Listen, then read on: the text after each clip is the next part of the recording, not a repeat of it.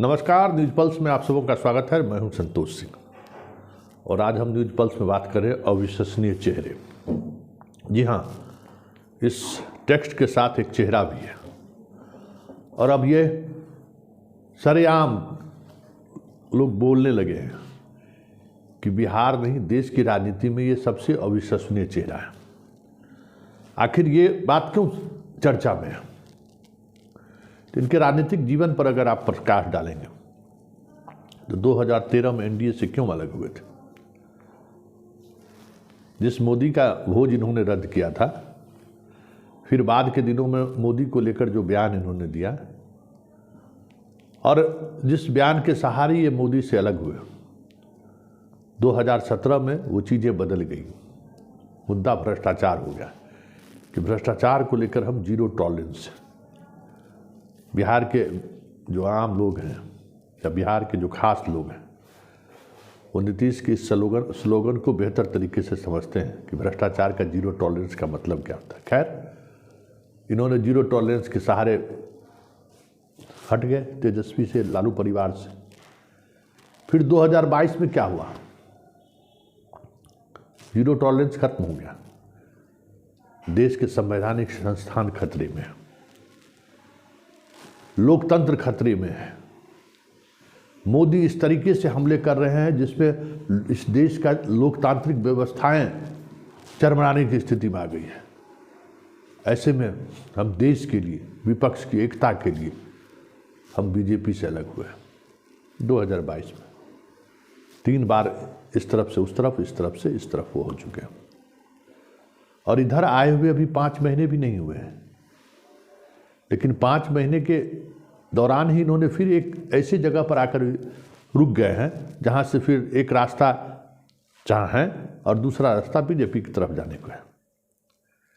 जब मैं ये खबर दिखाया तो मेरी बड़ी आलोचना हुई। ये भी हम आपको बता दें, हम पर व्यक्तिगत हमले भी हुए। कह रहे एक सुधाकर सिंह पर कार्रवाई हुई है इसीलिए संतोष तिलमिलाया हुआ है। नीतीश के बारे में तो कभी इस तरीके से नहीं लिखता था। जब वो सत्ता में था तब भी लिखते थे, जब वो बीजेपी गठबंधन के साथ थे तब भी लिखते थे, आज वो आरजेडी गठबंधन के साथ है तब भी लिखते हैं। हाँ, ये अलग बात है कि आपका देखने का नज़रिया बदल जाता है।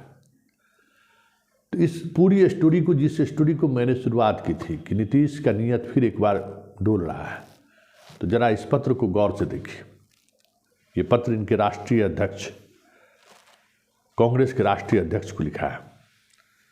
30 जनवरी को श्रीनगर में भारत जोड़ो यात्रा खत्म हो रहा है।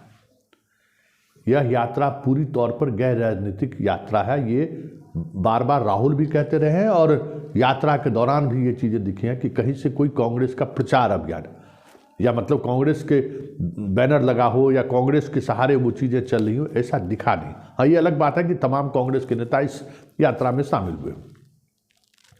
तो 30 जनवरी को इस यात्रा के समापन के मौके पर श्रीनगर में एक बड़ी सभा का आयोजन हुआ है।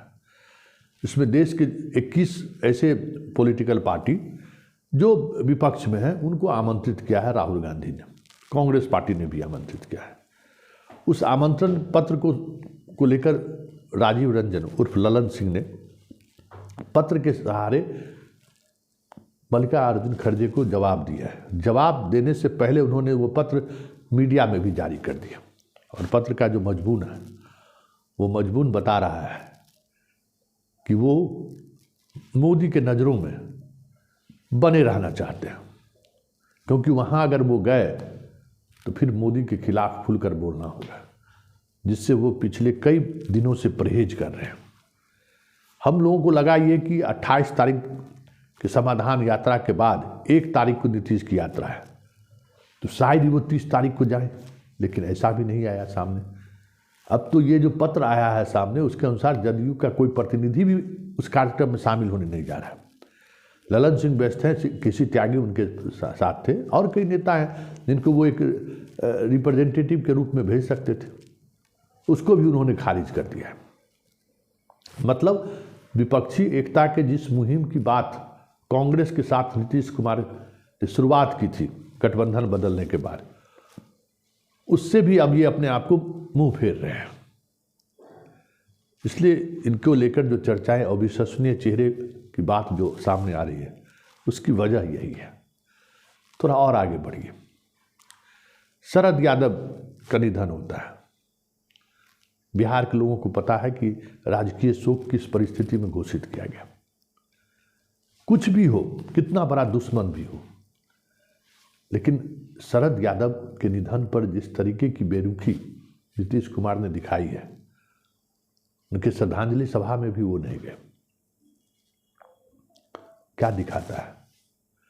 विपक्षी एकता के मुहिम के एक बड़े सूत्रधार या मंडल आंदोलन के एक बड़े सूत्रधार रहे हैं शरद यादव।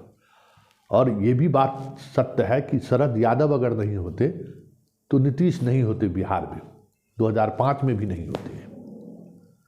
उन्होंने ही लालू यादव की उस यादव सेंटिमेंट को तोड़ा जिसकी वजह से नीतीश सत्ता में है। बीच में हाल के दिनों में कुछ निर्णय को लेकर इनसे वो अलग रास्ता अपनाए, लेकिन पूरी जिंदगी, राजनीतिक की जिंदगी नीतीश को उन्होंने समर्पित कर दिया था। और नीतीश कैसे खड़े रहे, स्टैंड रहे, वो उनकी कोशिश रही और ईमानदार कोशिश रही। लेकिन उनके साथ उन्होंने क्या किया, जिसके सहारे वो विपक्षी एकता पर के कड़ी को आगे बढ़ा सकते थे। तो ऐसे कई और घटनाएं हैं जिन घटनाओं के बाद ये अब लगने लगा है कि ये आदमी एक ऐसी जगह पर आके खड़े हो गए हैं जहाँ से कभी भी बीजेपी की तरफ यू टर्न ले सकते हैं। देखिए आगे आगे होता है क्या, लेकिन इतना तय है कि नीतीश कुमार ने एक फिर ऐसी लकीर लकीर खींच दी है जो लकीर बीजेपी की तरफ जाते हुए दिख रहा है।